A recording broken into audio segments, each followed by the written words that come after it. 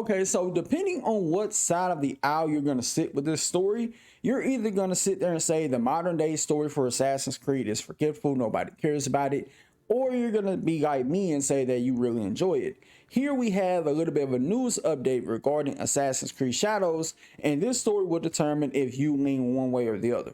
Assassin's Creed Shadows will begin a new modern day story after the series post Desmond Blues. Assassin's Creed Shadows will lay the foundation for a new modern day story after years of Ubisoft struggling to match the interest in Desmond's storyline from the original Assassin's Creed games.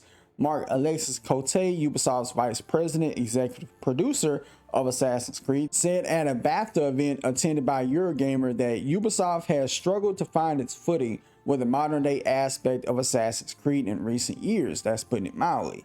Desmond's journey was at the heart of the modern day conflict of driving the search for powerful Isu artifacts, pieces of Eden, that could change the course of history, Cote said. However, with his death at the end of Assassin's Creed 3, we faced a creative crossroads. Ending Desmond's arc was a difficult decision, and afterward the modern storyline struggled to find its footing. Assassin's Creed Shadows looks to return some direction to the franchise though. As we move forward, our goal is to put history back at the center of the player's experience, Cote said.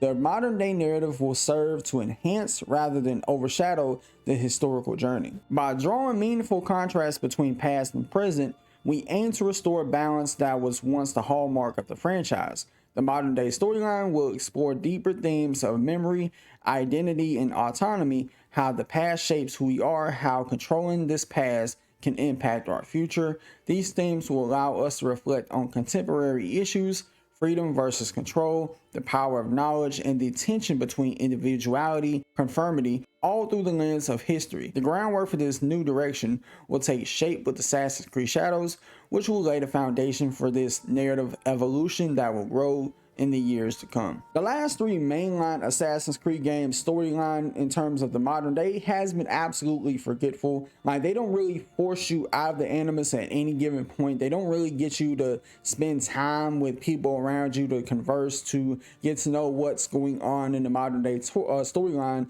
with Layla Hassan in Origins, Odyssey, and Valhalla respectfully. And the way they killed her off was just like, you don't really care about it because you don't spend enough time with her compared as much as you did with Desmond. And this has been one of many missed opportunities by Assassin's Creed and Ubisoft as a whole when it comes to this franchise and what their incompetence is of what to do with the modern day segment of the games. Now granted, when they did something a little bit different with Black Flag, you're playing in this first person perspective of an Abstergo employee. To me, it kind of gave me a vibe of like the Matrix, in a sense of before you take the red pill, and after you take the red pill you realize that Abstergo is the bad guy and you end up breaking free in a sense. And that was a cool change of pace. Like, even though the main character in the modern day was just some regular office worker, the story for the modern day, it felt like that there was something there, at least something to kind of chew on and kind of, you know, get you to want to be invested in what's going on at least. And with these RPG creeds, it may have been just probably one mission or two. You hop out, do something, and that's it. You go right back into the animus and you hop in and out frequently. There's not a certain point in time where you're pulled out of it to kind of take care of a situation that's going on in the modern day timeline. It's none of that. Now, when I hear this and knowing that Shadows is right around the corner in February, does this mean that, oh my God, they're finally doing it? They're finally going back to a true modern day story? I really don't know. Like, ideally, I would like it if they pick a modern day protagonist who is the descendant of either Naue or Yasuke, and they kind of are playing through their own story in a sense, or maybe both, where since it is a dual protagonist type of thing, you could have a modern day descendant of both characters to be featured in this game instead of one or the other. And they do that, I would really like it to spend time with these characters, and they haven't done that with these RPG creeds. I want to get to know these modern day characters. What's their goals and motivations? Do they have certain things in common with Desmond in the sense of, I really don't care about this whole Assassin Templar war. I'm just trying to make a quick buck out here. I ain't worried about all this other shit. Then something happens to make them care and realize that this thing is bigger than them.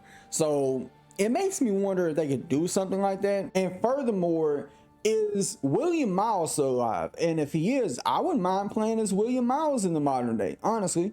But if I recall correctly, Ubisoft weirdly decided to make Basim the modern day protagonist.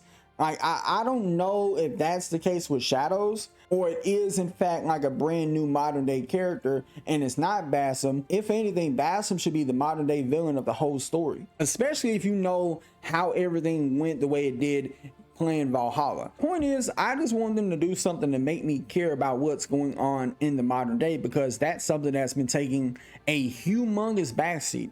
And it isn't just that, it's the fact that they have not really stuck with any of the other protagonists that they've had for the series in recent memory. They could have easily made a trilogy with Aminet or Bayek, considering how that whole game goes, the Fry twins from Assassin's Creed Syndicate, and even the big old gap in time between you playing as Cassandra, who is the canonical character in Odyssey, to playing as Bayek, because there's a huge space and time there that I think that could have been explored for a possible sequel or trilogy. I would even say the same thing goes for Eivor as well. You could have did something where you play as a descendant of Eivor, somebody who kind of goes down the bloodline in history. Hell, in some ways, I think they could have tried to spin his narrative the same way they did in Black Flag, where you try to create this narrative of conflict of interest between being a Viking and being an assassin. But the thing is, you never become an assassin, even though oddly enough they'll put you through the ropes of